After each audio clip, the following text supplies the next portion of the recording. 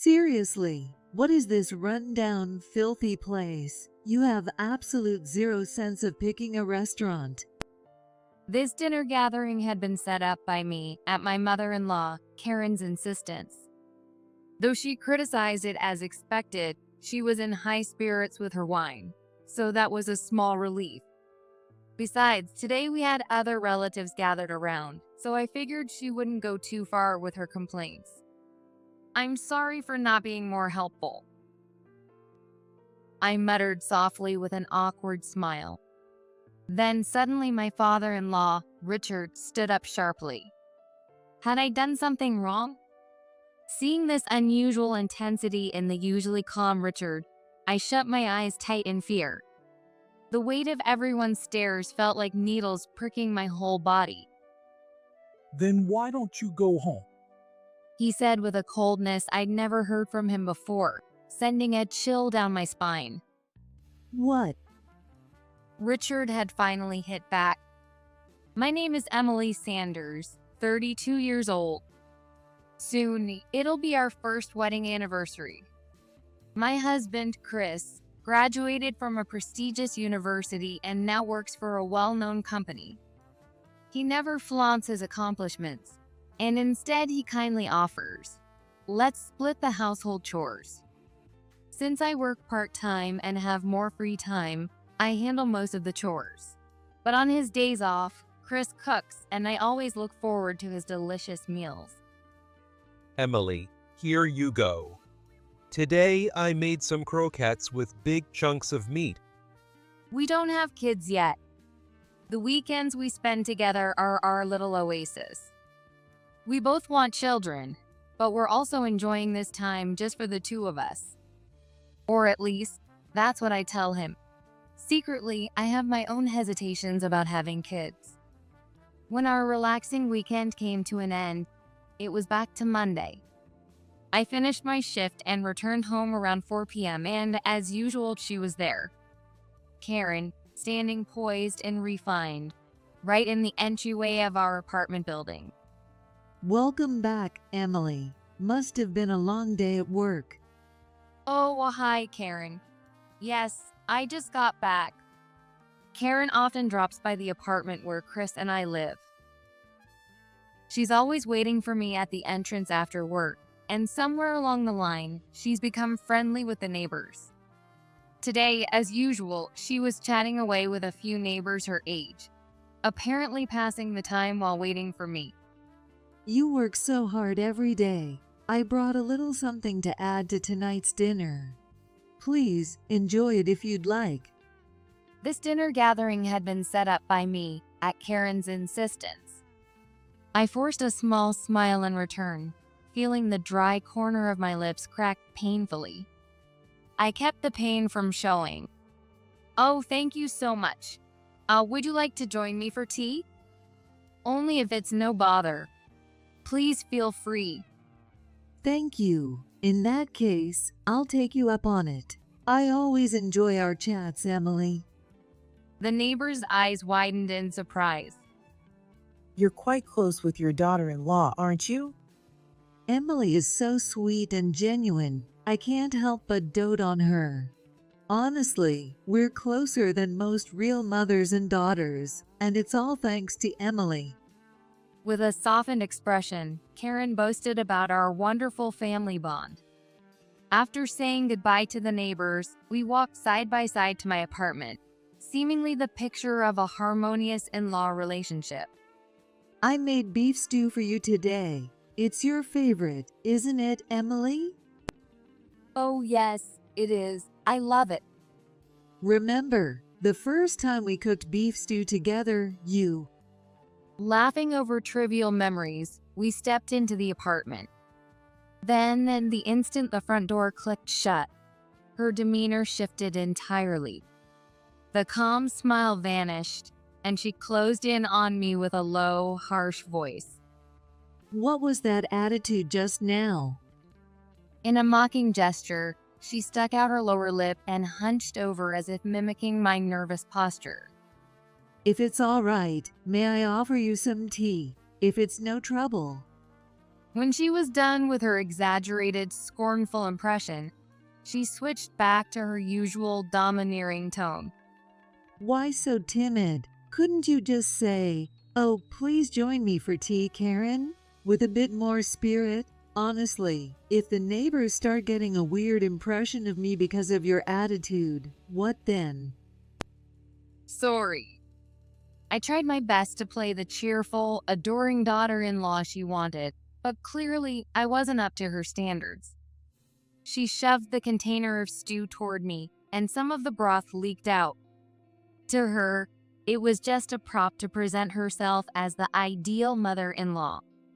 Though I knew it irritated her, it was also somehow satisfying when Chris praised his mom's cooking, especially since it eased some of my own load. I held the sticky container and forced out my thanks. Thank you so much. For everything. Karen and I get along so well, there's no hint of any typical in-law tensions. Everyone, from the neighbors to my husband and even Richard, believes that. But I am the only one who ever sees her harsher side. It reminded me of when Chris and I were first engaged. Emily is such a lovely person, so gentle and homely. I felt so relieved. Please take care of Chris. When we visited to formally announce our engagement, my future in-laws gave us their heartfelt congratulations. Karen didn't just praise me, she also gave Chris a bit of advice. But remember, Chris, no matter how homey your wife may be, you shouldn't just leave all the housework to her. It's important to balance work and home. You need to be there to support Emily. I felt truly welcomed as part of the family, and it made me happy. Oh, I should have made Chris help out around the house more often. Maybe I'll have to pop in now and then to make sure he's being a good husband. Richard laughed at her joke. That's true. These days, the old school man of the house thing doesn't fly. But we shouldn't meddle too much in our kids' marriage either. Hey, that's not even funny, Mom. Seriously, spare me that. Chris looked adorably flustered. The first time I saw Karen's true nature was after the wedding ceremony, honeymoon, and during the blissful early days of marriage. Wow, this place is a mess. As she had warned on our engagement day, Karen arrived for a surprise inspection of our home. But instead of checking if Chris was pulling his weight as a husband, she was scrutinizing whether I measured up as a wife. She came unannounced while Chris was at work and looked through every corner of her apartment. Seeing some half-eaten bread on the table and a pan left in the sink, she sighed dramatically. You can't even clean up properly as a woman. Chris really married a useless wife. What a disappointment. Her drastic change in attitude was so shocking that, for a moment, I wondered if this was even the same woman. Maybe she had a twin or was just two-faced. Over the past year, I've come to understand all too well. Karen is incredibly charming outwardly, but in private, she's manipulative, harassing me in ways that only I can see. Of course, I tried talking to Chris about my struggles with his mother. Instead of directly mentioning her harassment, I simply said I felt uncomfortable with her dropping by when he wasn't home. Kind-hearted Chris took my side completely and gently addressed the issue with his mom. He did it so tactfully that neither of us came out looking like the bad guy. I'd love to see you too when you visit, Mom. So could you come when I'm home? Oh, is that so? I just enjoyed the girl talk between the two of us. But are you getting a little jealous of how close we are, Chris? Really, it's time to cut those apron strings. With that, she accepted it with a hint of pride, seemingly pleased with his response. I thought the matter was resolved, but her visits didn't stop. You told Chris something, didn't you? Don't think I can't see through your little schemes. Don't go telling him things you shouldn't. She only pressured me more. After that, she became even more of a kind, loving mother-in-law. To everyone she met, she would boast about how I was a wonderful wife, thus raising her own reputation in the process. Before I knew it, she'd managed to build up her image so thoroughly that there was no way I could ever say, "Actually, my mother-in-law." Now everyone assumes I'm delighted to see her when she visits. Honestly, I've become too afraid of shattering the good wife image she's crafted for me. Since she's painted me as this gentle, domestic wife, it would be all too easy for her to destroy that image if she wanted.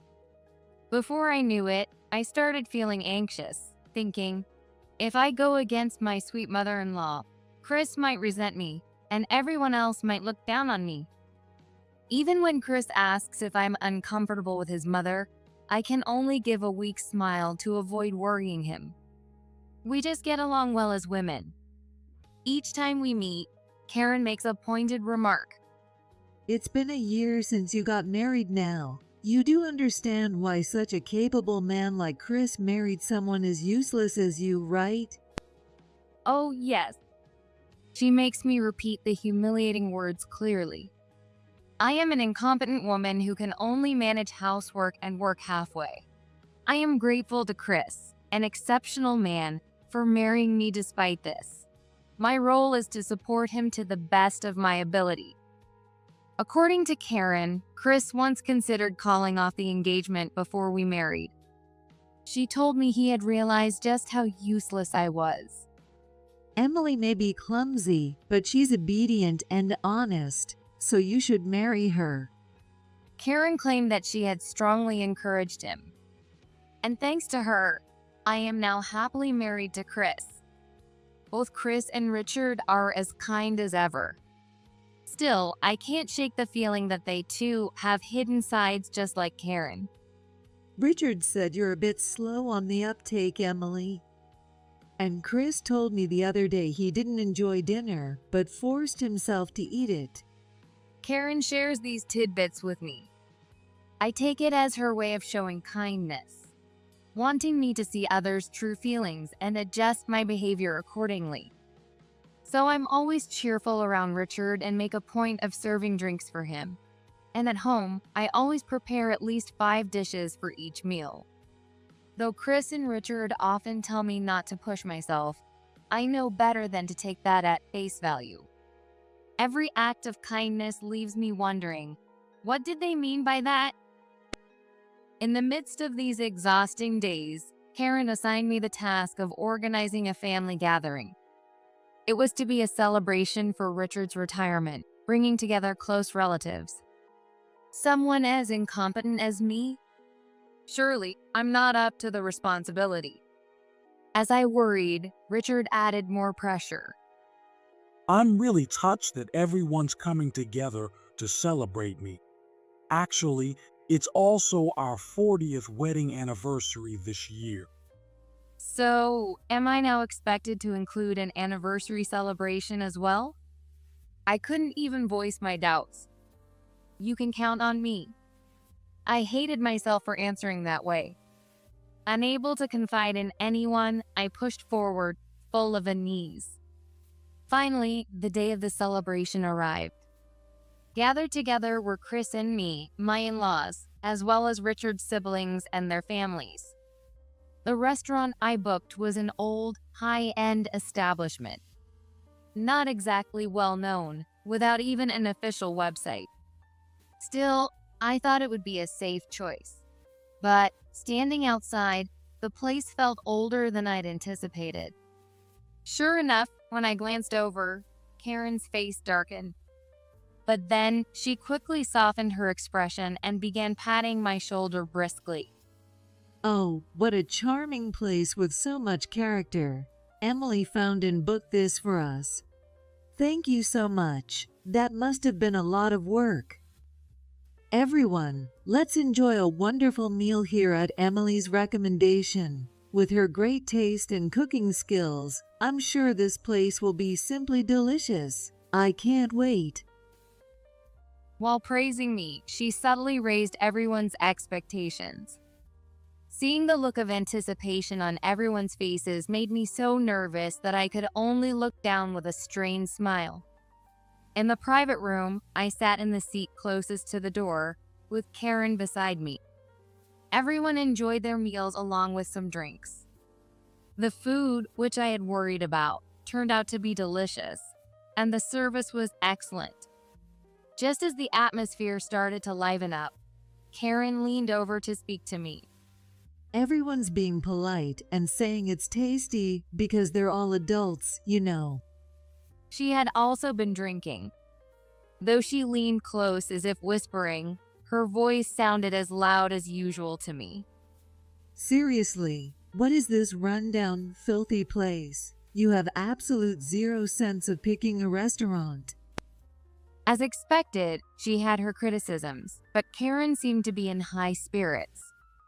It looked like she was satisfied just being able to enjoy some drinks. Most importantly, with everyone watching, I figured she wouldn't push things further tonight. I'm sorry I couldn't be of more help. I muttered an awkward apology with a wry smile. But in the next instant, the room fell silent. At that same moment, Richard stood up abruptly. Oh, did I make some mistake? Seeing his uncharacteristically stern expression, a chill ran down my spine, and I shut my eyes tightly. It felt like everyone's gaze was piercing through me, making my whole body ache. Then why don't you just leave? The ice-cold tone in his voice, which I'd never heard before, sent a shiver down my spine. What? Karen, with a half-smile, spoke up. Wait, honey, what's going on? Oh, I get it. Are you upset because the steak was a bit rare? Or maybe the stew was too bland? Oh, wait, it's probably because the waiter's attitude wasn't great, right? I mean, that subtle smile felt a bit condescending, didn't it? With her eyebrows drawn in an exaggeratedly troubled expression, Karen tried to calm him down. I understand you're upset, dear, but let's not forget that Emily here picked this place and made the reservation, all while juggling her job. She chose this place for you after all. Sure, it might be a bit of an odd choice, but let's focus on appreciating Emily's efforts instead, all right? Outwardly considerate, Karen tried to diffuse his anger on my behalf. But her words, which subtly lifted herself while putting me down, pierced my heart. I really can't do anything right. Sorry, didn't mean to pick such a disappointing place. Huh? Richard's anger hadn't subsided at all. In fact, I could see a vein twitching near his temple, amplifying his intensity. If you don't like the place, you're welcome to leave. Wait, leave? Me? Confused, Karen, who thought she was defending me, suddenly found herself facing his wrath. What? What did I do? You said this was a rundown, filthy place, didn't you? Maybe you've had a bit too much and can't hear yourself talking. What? Apparently, everyone in the room had heard her earlier comments. With drinks loosening her up and the lively atmosphere, Karen seemed to lose control over her volume. It's disappointing to hear you badmouth this place. Taking a deep breath, Richard spoke. This place holds memories for us, doesn't it? It's been 40 years. Have you forgotten? After a moment of thought, Karen let out a small. Whoa. It seemed like she was starting to remember something. When we were getting married, your parents were strongly against it, weren't they? They couldn't understand why you'd marry someone like me, an ordinary man with an average job. I suppose it's natural for parents to worry about marrying off their beloved daughter. You were truly beautiful back then. I wasn't the kind of man who could match up to someone like you. Actually, I had heard this story from Richard while selecting the venue for tonight. At the time, he was just a regular employee with no special position, while Karen was a stunning beauty who drew attention from men. He had chosen this very restaurant to try to convince her reluctant parents, hoping to show them how deeply he cared for her. This is the place where I conveyed how much I loved and cherished you. The place where I finally got your parents to approve our marriage. This is a special place for me, but it seems it doesn't mean as much to you. Oh, that's right, maybe. But my parents passed away long ago, so, well, memories from so far back, I don't remember too well. Since I had heard this story, I had chosen this restaurant, hoping it would be meaningful for them. But who could have guessed that it didn't leave much of an impression on her? No wonder Richard was hurt. But looking up at him, I saw that his expression carried more anger than sadness. Honestly, I figured you'd have forgotten. You probably prefer flashy high-end places, don't you? What? Every time he spoke, Karen could only reply with a shocked, "What?" Usually gentle and quiet, Richard was unusually talkative tonight. That alone must have felt strange to her. I knew, that you were being taken to other nice restaurants by other men. Huh? Oh. A strangled sound escaped her lips. I was such a fool. I fell for your charm, your brightness, and kindness. By the time I realized you were messing around with other men, Chris had already been born. So I kept quiet all these years. But now that Chris is married, he's an adult, and it wouldn't matter if his parents divorced. No way. In a panic, she looked toward Chris, who responded with a steady expression. Yeah, it'd be fine if you divorced. No way. Sitting slumped beside me, she seemed utterly defeated, and I couldn't find the words to comfort her. As I hesitated, Richard continued. Of course, divorce would be inconvenient now, wouldn't it? You're older, so men don't pay you the same attention, and you still haven't gotten any of my parent inheritance. What? It was as if Richard saw straight through her intentions. It seems Karen, who was popular with men, decided to marry Richard because he was the son of a wealthy family. Even though Richard was just a regular employee, he worked for a major company. She relied on his kindness, lived freely as she pleased, and seemed to be counting on eventually inheriting a sizable fortune. But his parents, elderly though they are still alive and well, happily residing in a care facility. No, I don't want a divorce. Do you even have proof I cheated? Actually, it doesn't matter if you do. Sure, maybe I had a little fun now and then. But that was over 10 years ago. It's ancient history. Right, Rachel? Karen, desperate, turned to Richard's sister, who was also there. Rachel just frowned and shook her head slightly. Who knows? It seemed she wasn't going to take her side, even as a fellow woman. Karen's face, which had been pale, flushed red in an instant. Fine. Why are you being so mean all of a sudden? It's cruel to bring up things from the past and talk about divorce now. Sure, I might have played around a little, but I always took care of the family. Look at Chris. He turned out so well because I provided a stable home. She covered her angry, wrinkled face with her hands. Instead of unleashing her anger, she suddenly burst into tears. The sound was piercing, and the heat radiating off her clung to me, making it hard to ignore. Since she was right next to me, I had no choice but to lean away, creating a bit of distance. Emily. Just as I thought I had some space, she suddenly clung to me. Caught off guard, I couldn't pull away, and my body tensed up. You're on my side, right, Emily? Forget about your father-in-law. Let him regret it. I'll just stay at your and Chris's place for a while, okay? Wait. I was too stunned to respond. How did it come to this? The last thing I wanted was to live with her, but I couldn't refuse her directly. No, that's not happening. Huh? The grip she had on me loosened. Chris, with a calm expression, repeated himself. What are you talking about? There's no way that's happening. Rejected outright by her own son, Karen stared, mouth agape. Her expression begged, "Why?" Chris replied in a steady voice. Because I don't like you, Mom.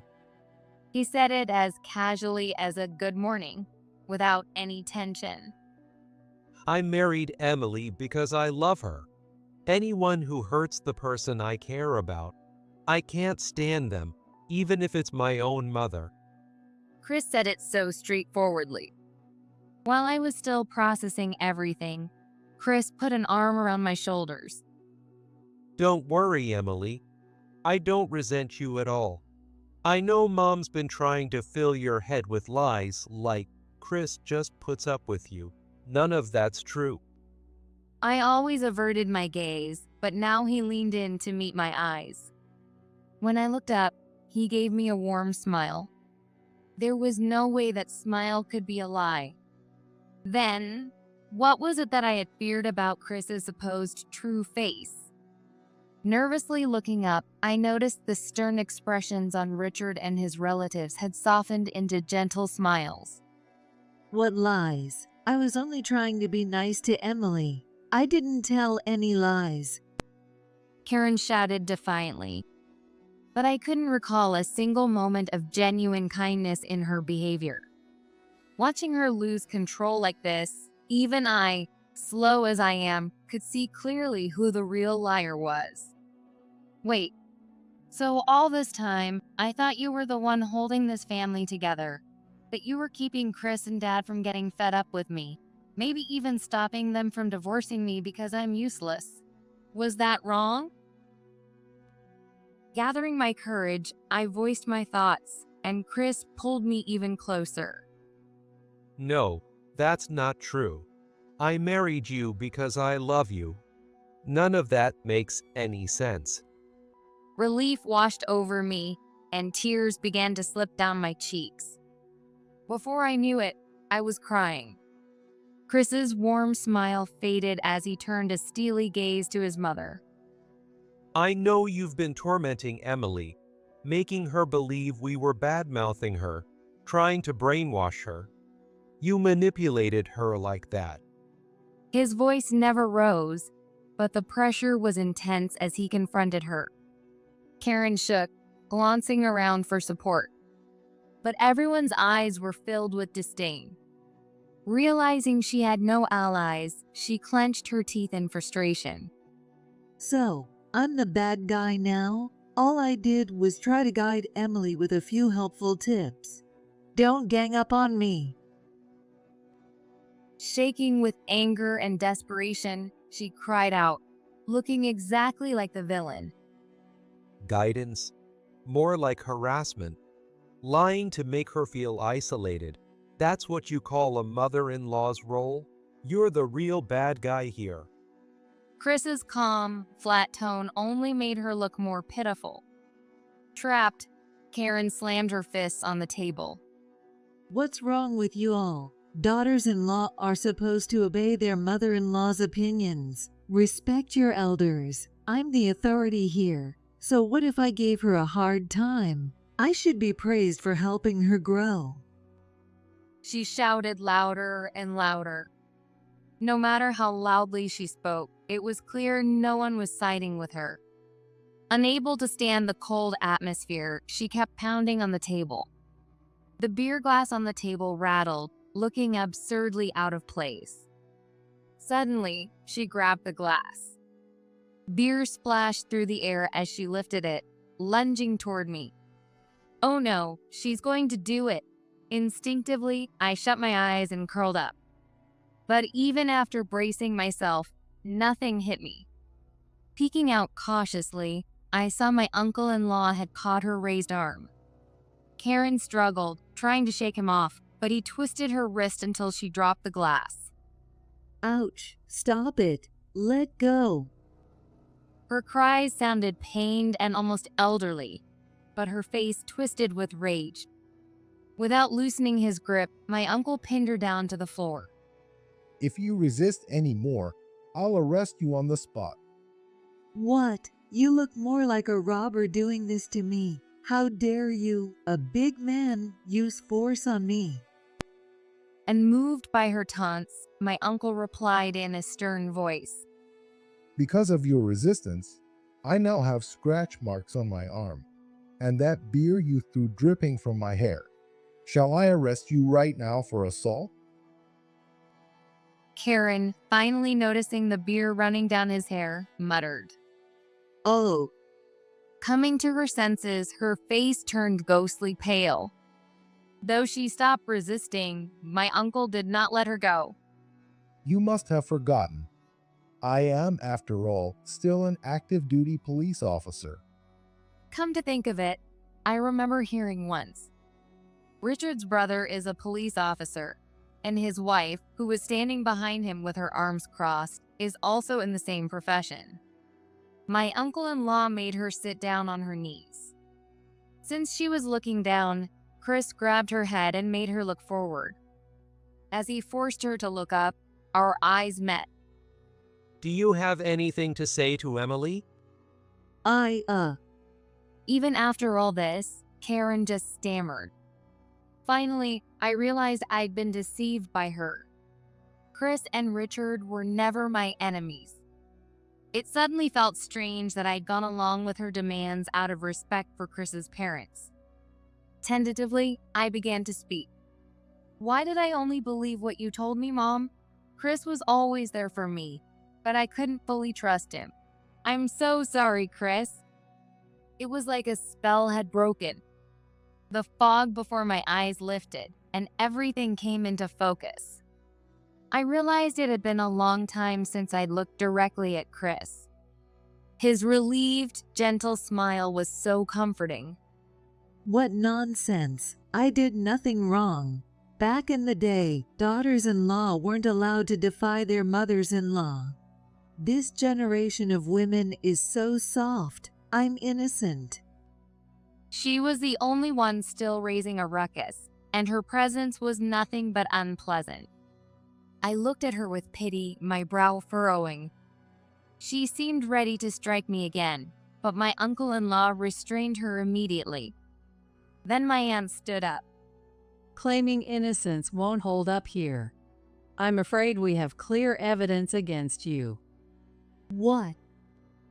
Adjusting her glasses, my aunt closed in on her. You may think you've done nothing wrong, but you're the only one who believes that. Chris recorded the insults you directed at Emily. Plus, we've gathered statements from neighbors who heard your shouting on several occasions. Wait. With her professional demeanor, my aunt, a lawyer, was direct and unyielding. I recalled being impressed by how well-educated M. Richard's family was when I first married Chris. After all, Richard was a successful employee at a major corporation, and the three siblings had clearly received top-notch educations. It was no wonder that Karen had targeted Richard for his family's wealth. Surrounded by a police officer and a lawyer, Karen shrank and trembled. She must have looked down on this family as all brains, no sense, convinced they'd never catch on to her games. This can't be. It dawned on me that Karen was the only one who thought she was fooling everyone with her perfect mother-in-law act. I hadn't noticed how poisoned I'd become by her words, but apparently even the neighbors had grown suspicious. As it turns out, her outbursts had carried right through the open windows, loud and clear. Having lived in a detached house with a yard, she never realized her voice could reach outside. Now, wide-eyed, she stared blankly, mouth open, forgetting even to blink. Her sagging cheeks drooped helplessly, pulled down by gravity. Emily, I'm so sorry for all the pain you've gone through. At first, I thought Mom was genuinely happy to welcome you, but by the time I realized something was wrong, you were already afraid of even me. I'm sorry for making you wait until I had irrefutable evidence against her. If I had still been under her influence, I probably wouldn't have believed Chris, and Karen would have talked her way out of it somehow. I was touched that Chris had prepared all of this for me. Oh, so even my own son would betray me. This whole dinner was set up by your father just to trap me, wasn't it? That's right. Chris answered her matter-of-factly. Without even raising his voice, his detached tone only further irritating her. You're all against me. Ugh, I did nothing wrong. Suddenly, she began hopping like a monkey, her outburst shocking everyone. With surprising agility for her age, she dashed toward the room's entrance. But her escape was already blocked. Standing in front of the exit with his arms crossed was their young nephew. With his bulging arm muscles, he looked every bit the strong and imposing figure, and Karen hesitated at the sight of him. Richard's family is full of reliable people, truly impressive. It seems she never really stood a chance marrying into this family. Better luck next time. Fine, I did nothing wrong. Karen's bitter excuses echoed emptily. Watching her stubbornly refuse to admit her mistakes, I suddenly felt the absurdity of it all. Whether you're right or wrong isn't up to you to decide. For now, why don't you just leave?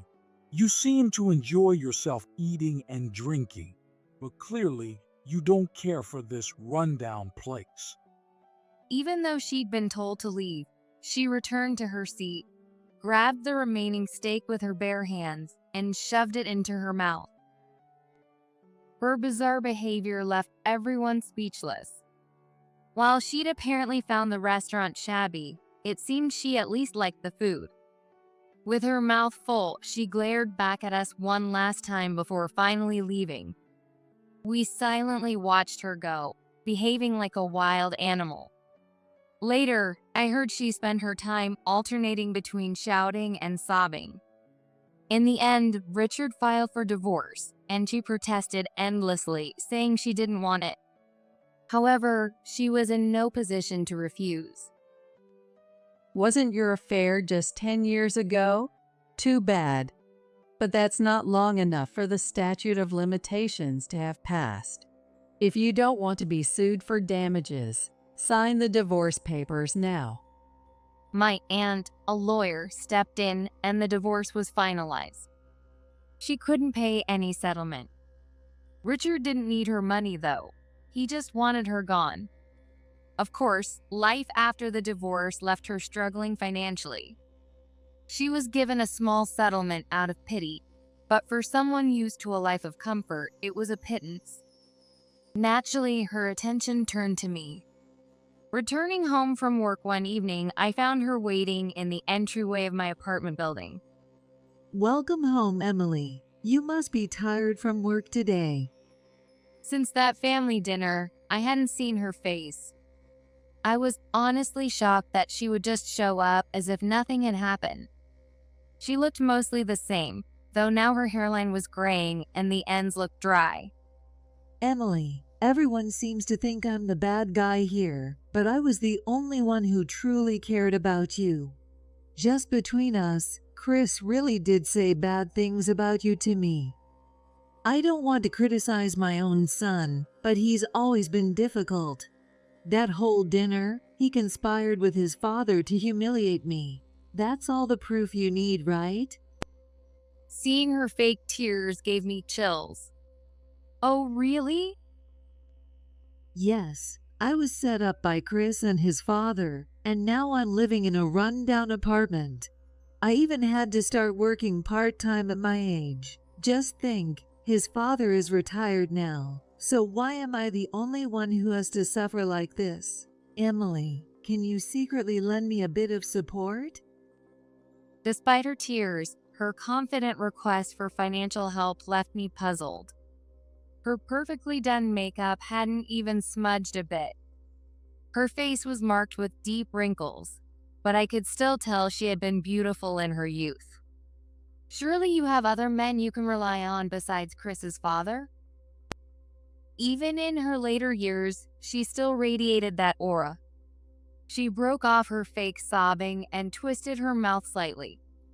What? Is that a dig at me? Since I turned 50, I've hardly been able to have any serious relationships with men.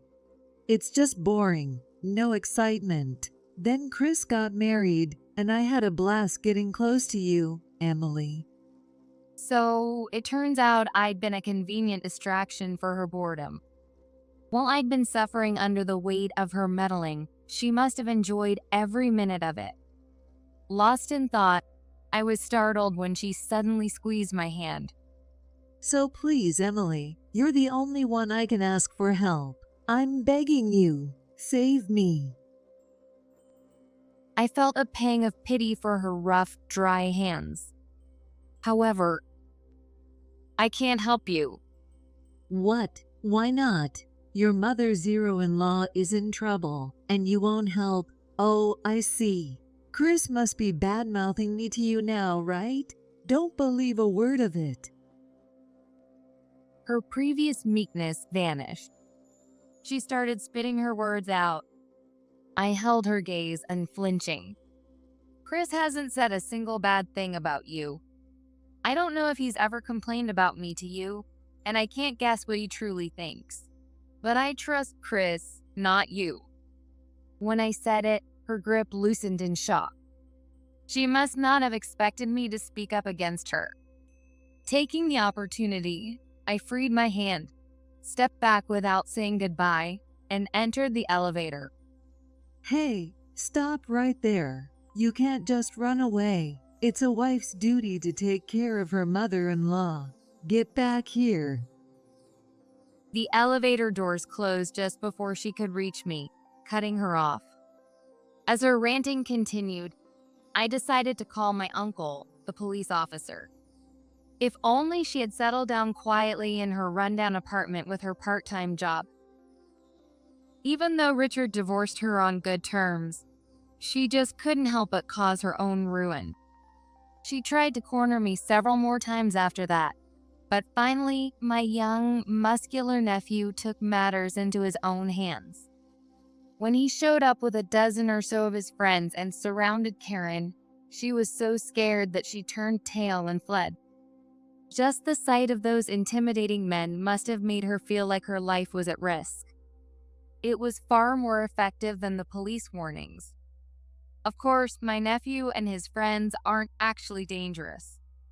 They're just wholesome young guys who were on the rowing team back in college. We could have pressed charges for her attempted attack, but Richard felt that prison would be too lenient. In a place with guaranteed shelter, food, and even friends who share a similar background, she'd likely settle in quite comfortably. I could picture her trying to live easily by playing the frail old woman. So instead, Richard decided that a more fitting punishment would be to leave her isolated in society, struggling to survive with no family and no one to rely on. Richard only apologized to me and never expressed any resentment, but I sensed his quiet anger. Left all alone, Karen now has no choice but to work to keep herself fed each day. Since moving out of that apartment, my life has been free of stress. And on top of that, Chris and I had a baby. Oh, come here, come to Grandpa. Richard is completely smitten with the baby. A huge shift from the reserved, quiet man he used to be. So cute, so precious. Yeah, she's adorable, isn't she? Look at those big eyes, just like Emily's. She's the cutest. Looking at their doting faces, anyone could tell how much they love this baby, even without a special talent for reading minds.